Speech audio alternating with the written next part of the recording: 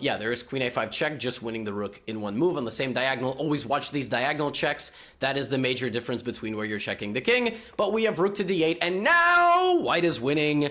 White is winning if and only if white finds bishop takes c7, check, which is obviously never going to happen. The point of bishop takes c7 is that if the king takes on c7, now the king is on the 7th rank, and the rook goes to do the damage. That is really hard to see in a game. That is actually one of the reasons why you do tactics, to find moments like this in games. But in games, no one tells you there's a tactic, right? So you have to look at the most forcing moves, and the most forcing move, one of the most forcing moves, is to force the king out and then laser beam it on the 7th rank. Very hard to see. Understandable it was missed, queen g3, and now it's back to a draw because even though there is this, the rook has been moved and the rook is not hanging. So, queen a3 check, king to c...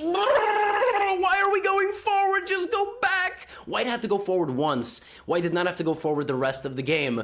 King to c4, and now it's over because queen a4, and the same way to lose the rook. The same way. The same kind of diagonal concept of losing the rook. Queen a4 check just wins, but black goes all the way back to a6. White needs to run the king all the way back. King c3, it's a draw. It's a draw. But now, oh my gosh, rook takes d1. Why rook takes d1? No, because now after rook takes d1, you can't fork me. I'm